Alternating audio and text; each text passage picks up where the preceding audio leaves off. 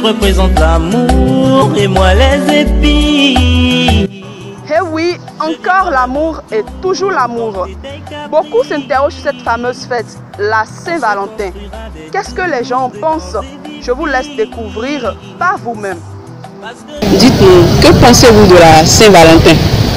Bon, la Saint-Valentin pour moi, c'est une fête qui a été instaurée pour l'amour, pour célébrer l'amour. Mais selon moi, c'est l'amour grand A. Pas seulement l'amour petit A qui pourrait exister entre un homme et une femme. La Saint-Valentin, je sais que c'est une fête qui se célèbre dans le monde entier. Le 14 du mois de février chaque année. C'est une fête purement commerciale. Et vous êtes amoureuse? Bon, si je dois me baser sur ce que je viens de dire, oui, je suis amoureuse, j'ai mes parents qui sont là, mes amis, mes proches. Je suis marié, donc c'est clair que je suis amoureux. J'ai une femme dont je suis amoureux. Alors dites-nous, que pourriez-vous faire par amour? Par amour, bon, il y a plusieurs choses que je pourrais faire par amour. Pas forcément connaître la personne avant d'intervenir. Disons, assistance à une personne en danger. Ça, par exemple, c'est une manière de montrer l'amour du prochain. Je fais beaucoup. Par amour, déjà, on vit ensemble. Par amour, déjà, on partage beaucoup de choses. Par amour, déjà, on s'est donné de beaux enfants. Et par amour, déjà, c'est sûr qu'on fera beaucoup de choses encore ensemble. Qu'est-ce que vous pensez des relations à distance? Bon, moi, personnellement, je ne suis pas pour les relations à distance. Non. Parce que, bon, chacun a sa manière de voir les choses. Je ne veux pas me leurrer. Et puis voilà. Je préfère que la relation soit vraiment, c'est que le conjoint ou la conjointe soit présent ou présente, surtout pour l'éducation des enfants. Parce que quand c'est monoparental, selon moi, c'est pas trop bien. Compliqué. Il faut dire que j'ai jamais vécu un truc dans le genre, mais j'imagine cela très difficile. Pas impossible parce que pour moi l'impossible n'existe pas. Et quand il y a réellement de l'amour, la distance importe très peu. Oui. L'amour rend aveugle. Oui. Qu'est-ce que vous pensez de cette phrase? L'amour me rendait aveugle, mais là, ça ne me rend plus aveugle. Donc, voilà. C'est plus maturisé et tout. Donc, c'était avant. Mais si l'amour rendait aveugle, c'est clair qu'aujourd'hui, je ne vous verrai pas.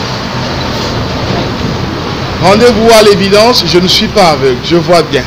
Donc l'amour rend aveugle, peut-être, mais c'est pas systématique, c'est pas mon cas. S'il y a un âge pour aimer, s'il y a un âge pour être amoureux, je pense que le tout petit enfant de 2 ans pourrait dire à ses parents « je t'aime ». C'est un amour vrai, donc il n'y a pas d'âge pour aimer. Mais en réalité, quand on parle d'amour, pour parler langage très jeune, copain, copine, petite amie, tout ça, réellement ça implique la responsabilité. On ne peut pas aimer quand soi-même on ne se réalise pas. On ne peut pas dire que l'on aime réellement quand soi-même on n'est pas indépendant. On ne peut pas dire qu'on aime réellement quand soi-même on n'est pas responsable. Parce que l'amour implique beaucoup de choses. Quand tu aimes l'autre, tu es appelé à être responsable de lui ou d'elle. Quand tu aimes l'autre, tu es appelé à être à ses côtés. Quand tu aimes l'autre, tu es appelé à partager beaucoup. Si toi-même tu ne te connais pas, tu n'es pas encore toi-même. Je veux parler déjà des jeunes. C'est vrai, on a été sur les bancs tous. On a connu de ces moments où on disait je suis amoureux, je l'aime, elle m'aime. Mais l'amour, déjà, il faut être responsable pour aimer. Donc, on peut aimer à tout âge, mais un amour vrai, véritable et responsable implique de la maturité. Il faut être responsable, il faut être mature, il faut être majeur déjà. Et il faut, voilà, avoir la tête sur les épaules avant de parler réellement d'amour. Une relation sans cesse, c'est une très bonne chose, mais c'est seulement possible quand on n'y a pas encore goûté. Vous savez, le sexe, c'est quelque chose de vraiment génial, c'est quelque chose de vraiment tentant. Et quand on y a déjà goûté, il est difficile de s'en passer. Voyez-vous, deux personnes qui s'aiment et qui se fréquentent au quotidien et qui ont déjà connu le sexe, il leur sera très difficile de se réserver, de s'en abstenir. Donc, relation sans cesse, oui, mais il faut réellement savoir ce que l'on fait. Parce qu'aujourd'hui, on voit beaucoup de relations dans lesquelles la femme dit pas de sexe avant le mariage, ou c'est l'homme qui le dit, mais chacun de son côté pratique ou va à l'acte sexuel.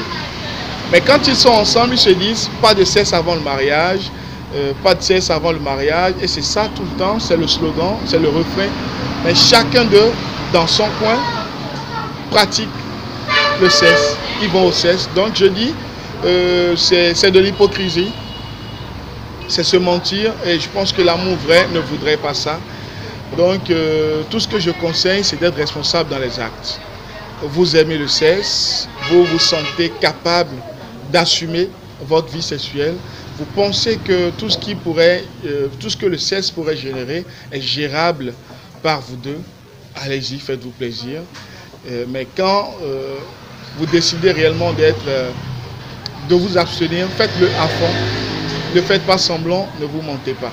Relation sans cesse, possible mais compliquée. Le mariage, à la base, il devrait être un acte d'amour. On ne doit se marier que lorsque l'on s'aime. Quand on aime, on partage beaucoup de choses. Quand on aime, on comprend beaucoup de choses. Quand on aime, on fait beaucoup de concessions. Quand on aime, on a envie de rester ensemble. Quand on aime, voilà, on fait de beaux enfants. Quand Dieu donne. Quand on parle de Saint-Valentin, tout de suite, on pense cadeau. Saint-Valentin rime avec cadeau. Saint-Valentin rime avec une soirée dans un restaurant, dans un maquis, dans un hôtel. Saint-Valentin rime avec dépenses. Aujourd'hui, quand vous parlez de Saint-Valentin à votre ami, à votre copine, tout de suite, elle vous dit tu me réserves quoi pour la Saint-Valentin? Quel sera mon cadeau pour la Saint-Valentin? Et pour accompagner tout cela, les commerces sont là avec des banderoles, des promotions spécialement réservées, dédiées à la Saint-Valentin. Donc voilà. Amour, amour, quand tu nous tiens, on peut bien dire adieu prudence, disait Jean de La Fontaine. Quelques conseils à l'endroit des jeunes. L'amour, ce n'est pas que le sexe féminin, les sexes féminin masculin, mais c'est tout le monde. Il faut témoigner de l'amour autour de soi.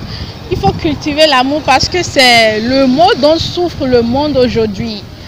Par manque d'amour, il y a tellement de choses qui se passent qui ne sont pas bien du tout et qui sont mal vues. Donc pour moi, c'est de témoigner l'amour envers son prochain. Quand vous aimez votre prochain comme vous-même, vous ne pourriez pas lui faire ce que vous ne voulez pas qu'on vous fasse. Je pense déjà que pour s'unir, il faut déjà se voir, s'apprécier et entrevoir ensemble l'avenir. Et pour entrevoir ensemble l'avenir, il faut déjà que chacun à son niveau définisse ce qu'il veut. Qui suis-je? Qu'est-ce que j'aime? Qu'est-ce que je n'aime pas? Comment est-ce que je vois ma vie dans 2 ans? Comment est-ce que je me vois dans 5 ans, dans 10 ans? Quels sont mes objectifs? Quel est mon projet de vie? Et c'est en fonction de cela qu'on pourra savoir réellement si la partenaire avec qui l'on est tout de suite est celle qu'il nous faut pour l'avenir. Parce qu'aujourd'hui, on peut être avec une partenaire avec qui on se sent très bien, mais qui forcément ne voit pas dans la même lancée, ne voit pas dans la même lignée, dans le même sens que nous. Alors, on passe du temps ensemble, mais 1 année, 2 années, et après on se rend compte que rien du tout. Alors je conseille à tous ceux-là qui sont jeunes comme moi et qui aspirent à un mariage de déjà commencer par se poser les vraies questions. Qui suis-je? Qu'est-ce que j'aime? Qu'est-ce que je n'aime pas? Quel genre de partenaire il me faut? Et quels sont mes plans, mes projets pour l'avenir? Et quand on aura la réponse à ces questions, on saura forcément si Jeanne ou Kodjo est le partenaire idéal. En amour, il faut être soi-même, rester honnête, très honnête. Restez câblés pour la suite de nos programmes. On se retrouve très prochainement. De grands édifices, parce que je ne saurais pas trouver les phrases pour te dire combien j'attends de t'aimer.